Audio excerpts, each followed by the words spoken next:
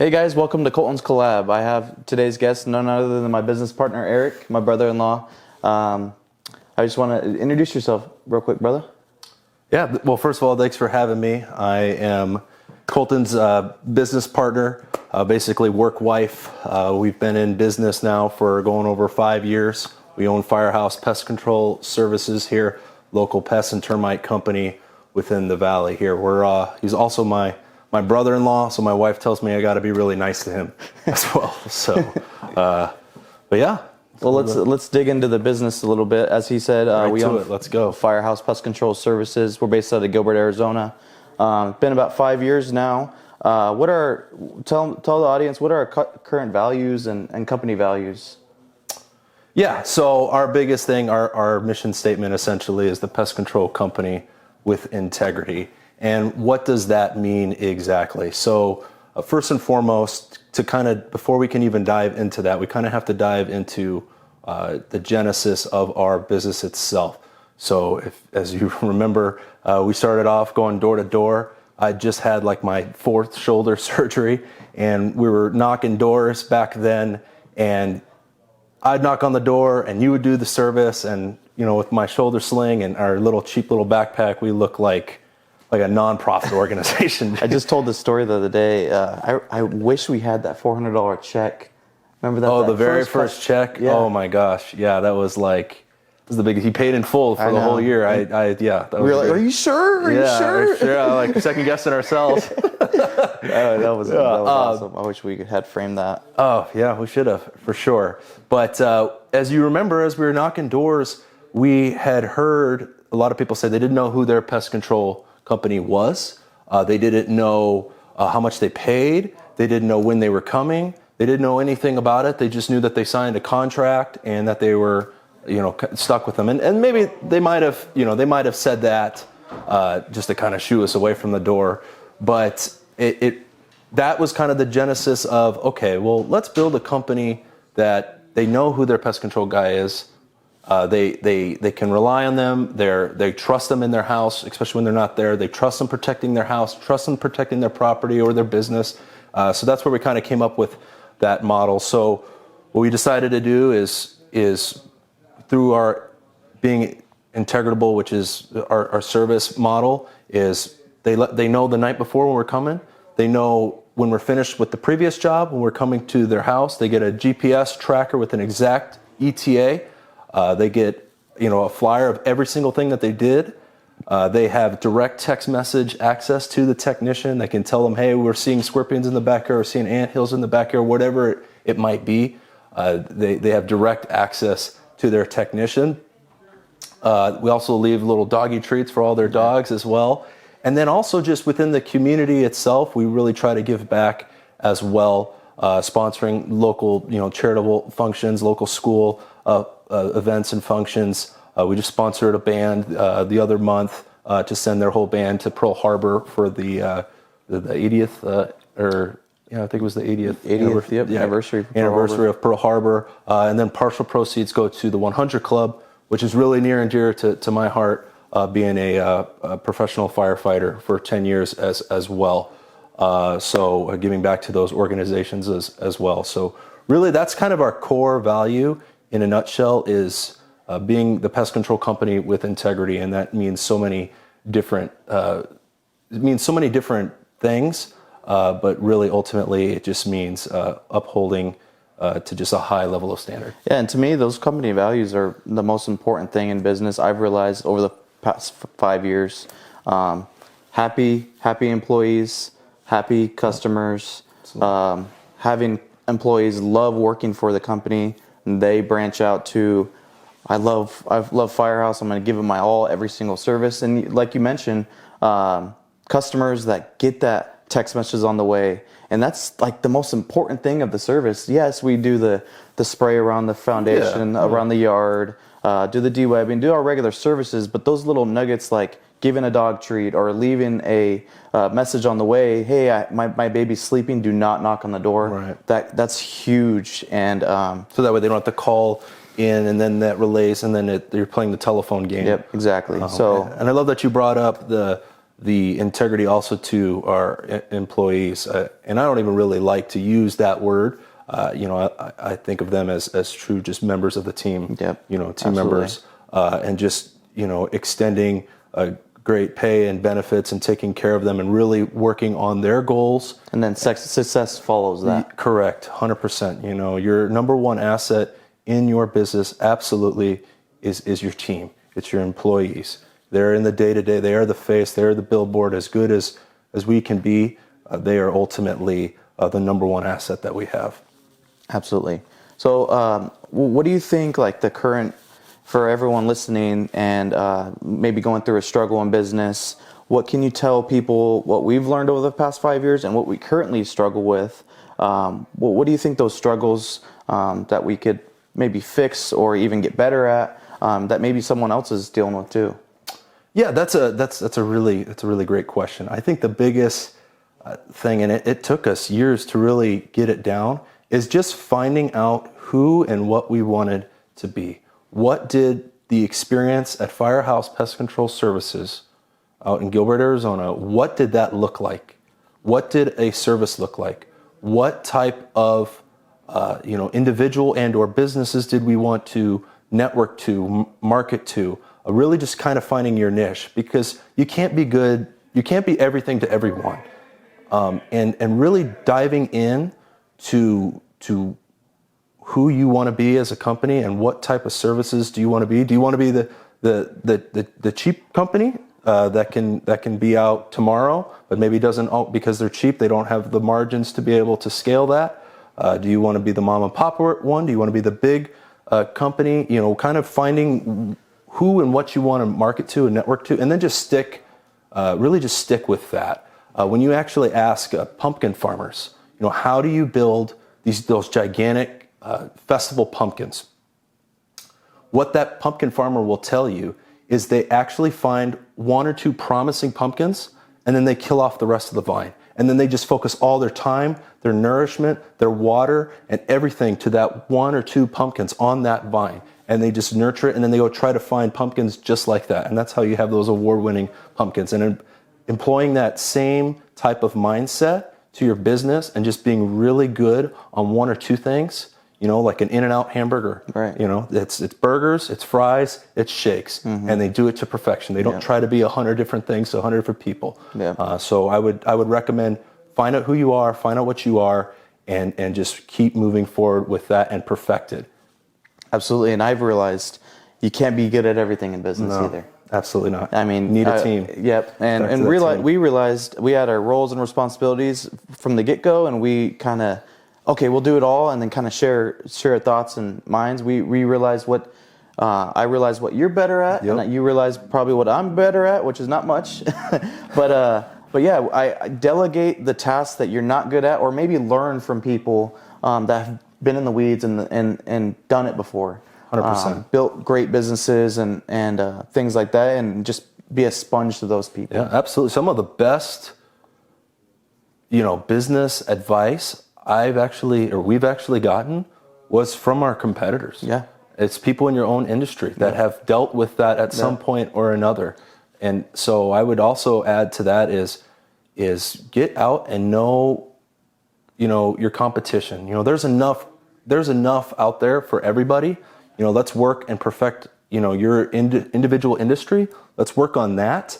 And then let's just better each, it brings everybody up to a higher level of standard. Yeah, collaborate with your competition. Exactly. I mean, I'm a competitive guy, and I know you are too. But at first, I wanted to be better than everyone and not even talk to anyone else. But I've realized over the past couple years, the more and more we collaborate, the bigger we're getting. Yeah, but everybody else is getting big around us as well. Exactly. There's so much work to go around. Brings up the whole industry as a whole. Yeah. So bring up the whole industry as a whole. Mm-hmm. Absolutely.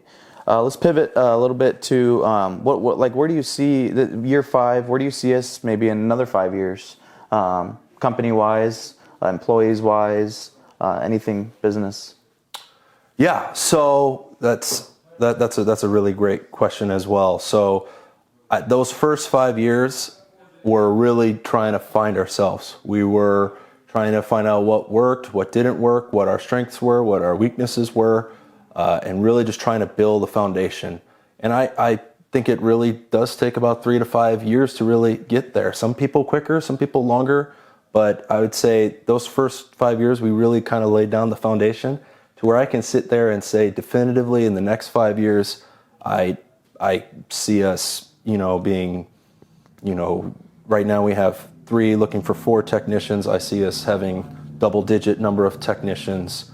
We'll probably hit 1 million this year, but I see, 3-4 times that in the next 5 years or so at the rate that we're going. Truly, but it took that laying the foundation, right. Finding who we were, finding out what works, find out what doesn't work, find out what kind of company we want to be, find out who we don't want to be, and now as we're getting to that point and really know who we are, I don't see us slowing down anytime soon. Yeah, and we've been in business for 5 years, but you could even back me up on this. Those first couple of years, we didn't look at this like it was a side hustle kind of thing. Yeah. And then COVID started, and we really pivoted, not reversed, into all gas, no brakes. Yeah. And I would say this is our year 3 of real growth, and I could see it being a snowball effect now. Yeah. So for example, when COVID hit, we had to change our marketing strategy, and we changed it to social media, which ended up being the best marketing, our style, fixed our niche as like the local homegrown pest control, local family owned pest and termite company in the Valley. It worked out very well on the social media platforms and apps. And then we had our customers shout us out on their local Facebook groups, on their Nextdoor apps, sometimes even offering free services to them to shout us out. And, COVID and I know it's not like this for everyone, but luckily and very fortunately for us was a blessing, because it gave us the ability to reflect and see, okay, this is the company that we're going to be, and this is how we're going to grow. Yeah, absolutely. I wanted to kind of revert back to the employee side of it. What do you think? You said our team's our biggest asset. Give the audience some feedback on how to build strong teams, so they could go out and be the billboards, and work for the company and be great employees too. What are some key points? So I think with that, again, as I mentioned earlier, your employees are your number one asset. I say that all the time, 3 times a day at least. I think it's number one, you got to give them something that they believe in, right? Make the core values, your mission statement, make them a part of that. Make them something that they can visualize, okay? And allow them to be a part of that. Second, to add to that, I would say really buy into what are their goals? What do they want out of this? What are they looking to get out of this? What do they want in 3 and 5 years from now? How can you help facilitate that? For example, our techs are younger guys, and they were curious about the home buying process. So we brought in a realtor and a lender and took them off their routes for a couple hours and let them sit down and listen to them say, hey, this is how you go about the process of buying a home. This is what you have to get ready for if you're looking into buying a house in the next year or 2. So that way they feel like that somebody really just gives a shit about them and really wants to see their success, not just in the company, but their overall success. Right. Really getting that and allowing them to buy in on that.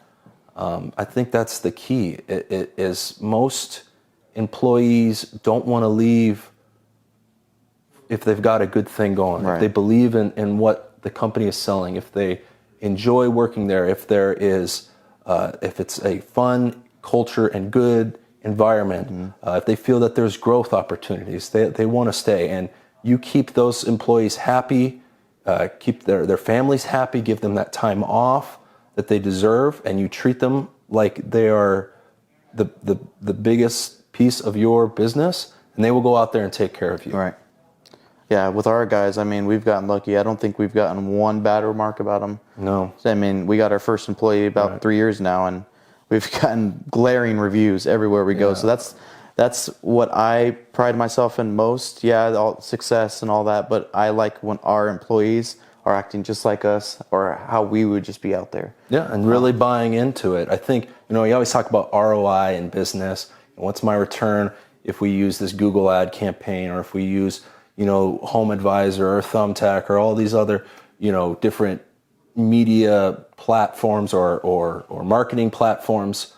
But the biggest ROI you're going to get is what you put into your employees, Right. both financially and time. Right. And some of our, obviously being out in the field, in July doing a termite job or a pest control it's job tough. isn't easy. It's tough. So that's why we really try to buy into them.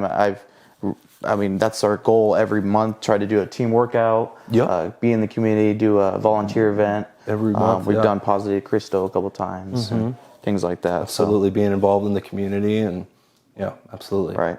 So you talked a little bit about the customer service. You touched on that a little bit. Obviously, tell the audience, like, we're solely a pest and termite company. Again, we've realized collaborating, that's probably the better option. We refer out our rodents and our bees and birds, and now weeds too. We got a great partner in that too. But tell the audience, like, what we do on a daily basis for a pest control job or a termite job, and kind of the extra things that we like to do too. Yeah, so again, like, they're going to know the night before when we're coming, when we're on our way. They'll get a text and email of that. And then when they leave the previous job, they're going to get another text message with the GPS tracker, so they know exactly when they're going to. It literally says their ETA is exactly this. They're going to be able to GPS and track to make sure that they actually show up at their house. Because remember, when we were knocking doors in the beginning, people were telling us that they didn't even know, or their previous guy sometimes didn't even show up, and they were getting bills. So that we, feel that that's obviously very unethical, and we want to be very transparent. But again, we just try to really build that relationship with our customers. So, little things, bringing in the trash cans, bringing doggy treats every time we show up to the accounts that have dogs, learning their children's names and everything. But also what we have them do is once a week, they sit in our office and they try to call. We set out a number of 20, 30 customers a week, and we just call them happy checks. And they're not trying to sell them anything, and they're not trying to upgrade them or anything like that. They just simply ask, hey, how's the service going? Anything else we could be doing better, anything like that. And sometimes, if they built a really good relationship, they'll ask, hey, I know you had your son's graduation last week. How was that? Little things like that, really building that relationship and really fostering that. And our techs have gotten so great, again, because we give them that autonomy and that trust. They'll send us messages like, hey, this customer over here, they lost a loved one. Maybe we should send them flowers. And I know you're really good on that. You're, Johnny on the spot. You'll send them flowers or cards, or, hey, congratulations on your newborn child. And they will be the catalyst that will send out those messages, so you can get right on that and send them a personalized written message. And just really trying to build and foster that relationship with our customers. And we do that through the autonomy and the through everything that we just put into our employees. Right. Yeah, and I'm gonna touch on a little bit more, like I know our employees. We rolled out a new thing that we're doing for all new customers and the termite jobs, sending personalized postcards to those people, thanking them for their service, just trying to be a pest control company, but being more than that, because we are inside homes. We're around young kids. I know our employees look at our customers, some of them like family members, and we're just trying to create customers for life, pretty much. That's really what we're trying to do. So on the pest control side of it, like, how do we get rid of scorpions, or not rid of scorpions, it's a bad term, but how do we control scorpions over a long period of time, maybe get rid of them completely? Because I know that's a huge part of our service, and it's coming up in the coming months. Yeah, so really living in the desert climate and everything, scorpions are kind of an all year round thing. Scorpions and termites living in Arizona are just kind of an all year round issue. With that, the bark scorpion out here in Arizona, they are pretty tough to eradicate. The best thing first that we want to do is remove their food source. So that's going to be obviously your crickets and your spiders, and just completely getting rid of them. And then with our services, we're dusting any entryways to prevent them from coming inside, putting down granulars in the grass area, which again is leaving that extended protection and barrier. So really we're just putting down a protective barrier around their home or their business or their restaurant or whatever we're treating. And as time progresses, as we remove food sources, as we get into those expansion joints and really treat specifically geared towards scorpions, we've had homes that they would take a black light out to and see 100 scorpions a night. And then after about 6 months of our services, they'll see 1 or 2, if that.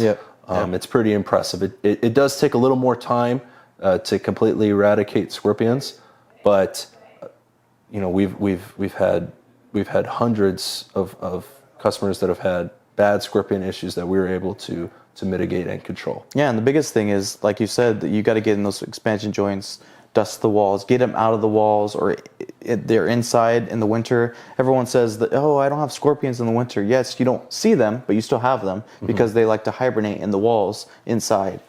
So we got to get them out. That's Flush when you them out, see the scorpions. Hey, I have a lot of scorpions. That's good. Now it's putting a barrier down, put the granules down, put the dust down.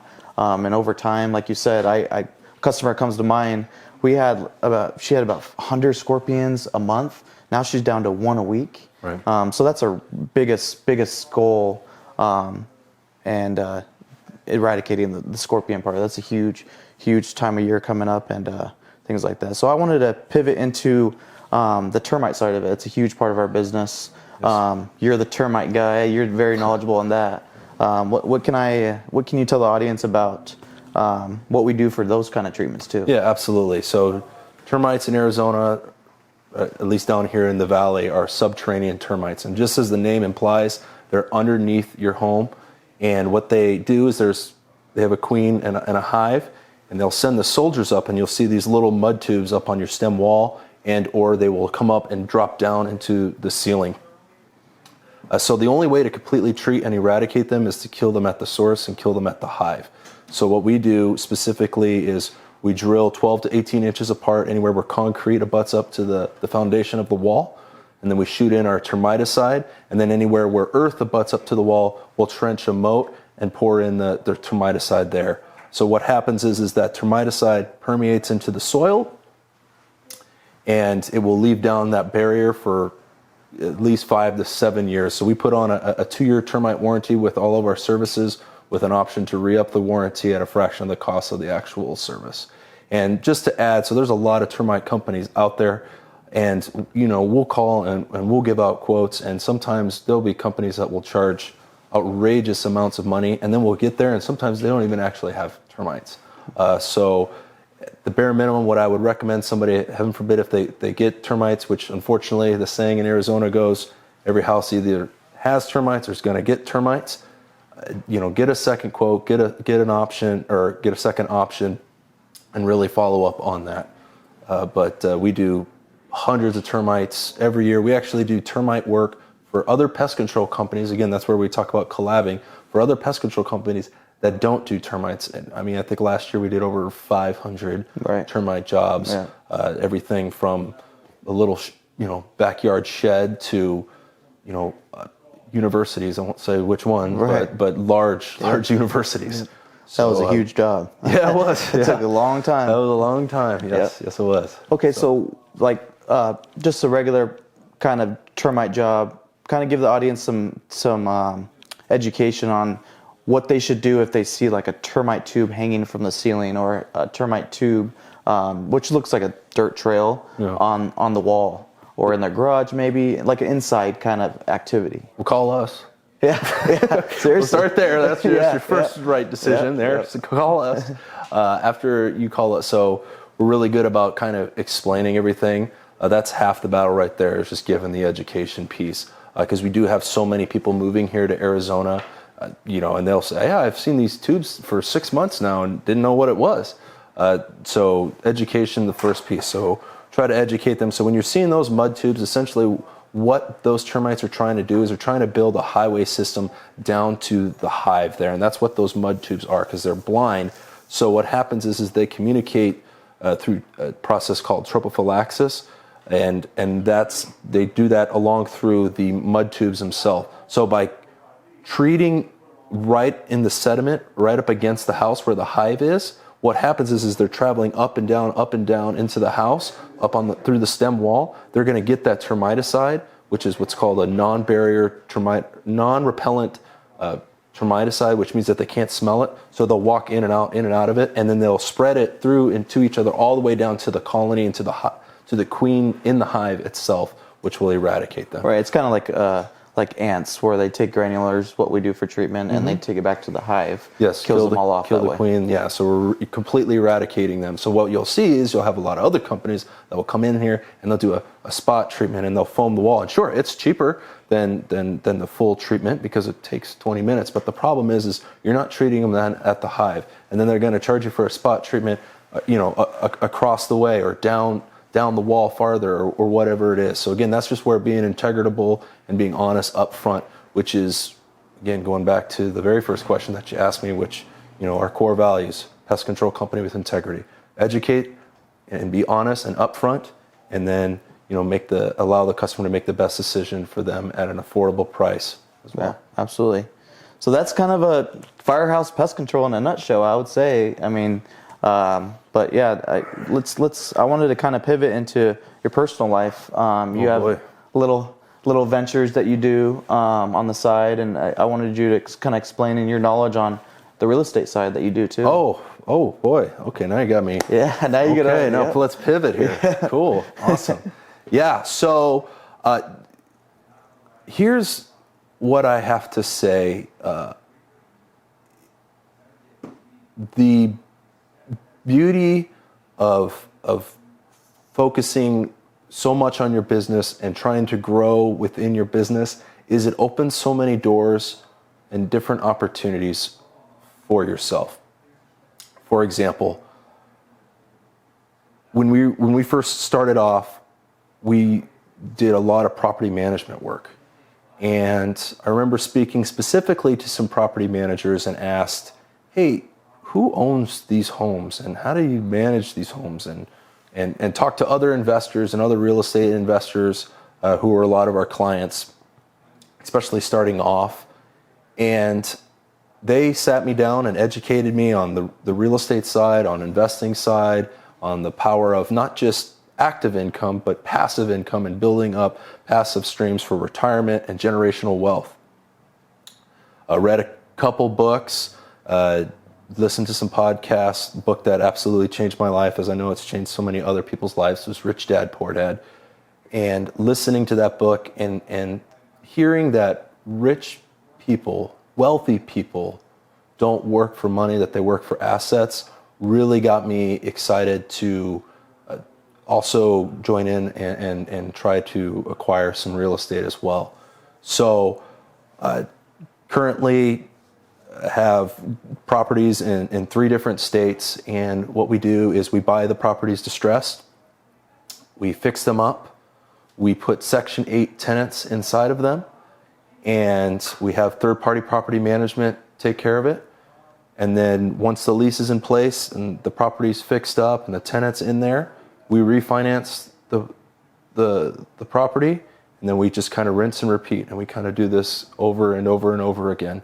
And just, again, talking about teams, building up a couple solid teams in different states to manage and acquire these properties. Yeah, and that's 3 ventures that you have right there, with the main job, the pest control, and the real estate. How do you tell the audience, like, there are some people I know have kids like yourself and trying to be a good husband and being a good business partner. How do you delegate your time and manage all those different things on a consistent basis Like, what's the best advice you could give someone? Caffeine. Don't sleep. Learn to not sleep. No, Your kids, I mean, twin dad, so double at twin the boys, same time. twin boys. Yep, they're twin toddler boys. The house is very calm, very tranquil. I never step on anything. I never yell or swear. I promise. No, it's you know what it really is. It's first and foremost, my wife is. I mean, I couldn't ask for a greater partner to share my life with, and I think that's the biggest key is having a powerful, strong partner that you love, that you guys, your goals and everything that you want in life line up together. I couldn't do half of this if it wasn't for her. She's an amazing woman, and I'm very lucky and blessed to have her in my life. You just don't tell her that. Don't let her don't tell her I said that. No, I'm just kidding. She's awesome. No, but she's awesome. I mean, but I think that is the beginning part is having building a partner that or having a partner that believes in, and we share goals, and it's not all for one and none for the other. It's a team. Right. So that's first and foremost. And she has her own business as well, and I try to be as supportive as I can. So that's probably first and foremost. Hold on. Bonita Aesthetics, if anyone's wondering. Oh, yeah. Yes, she does Botox and fillers. And, I'm really like 105, but she made me look 31 for this. But, so she does that, and definitely have a good team cohesive environment at home as best as we can, for sure.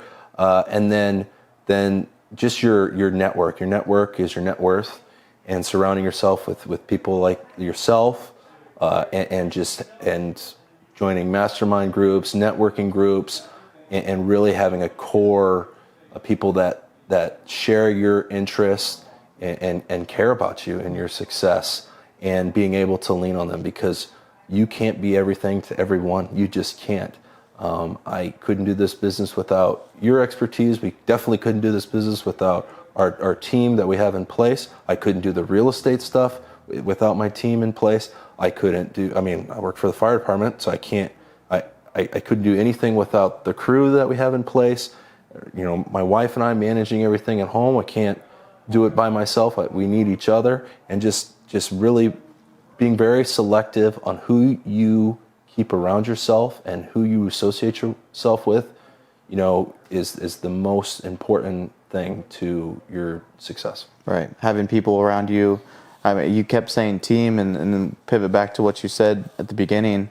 Team is our biggest asset. So you have a real estate team, you have a pest control team, you have a fire team, you have a family team. Yeah. Having great teams is what I got out of that. How you do what you do on a daily basis and do great at it. So that's awesome. And I just want to end with this. What kind of advice could you give to someone, maybe that's an entrepreneur or like a hustler, 9-to-5 single mom, or anyone that's going through a day-to-day struggle? What kind of advice could you give to them to kind of push through the day and there's a light at the end of the tunnel? Yeah, I would say first and foremost, find your purpose, find your why, and make it strong, make it powerful, make it move you, make it get you up on those cold days, on those hard days. So find your purpose, find your why. As I've kind of mentioned earlier, mine is my faith and my family. Those two things get me through the tough days, the grind days. So find your purpose. Second, as I've previously mentioned, surround yourself with like-minded individuals that truly care about your success, and you care about their success, and that they can rub off on you, because ultimately we're just an average of the 5 people that we hang around the most. So surround yourself with like-minded, good, hardworking people. And then third is give back.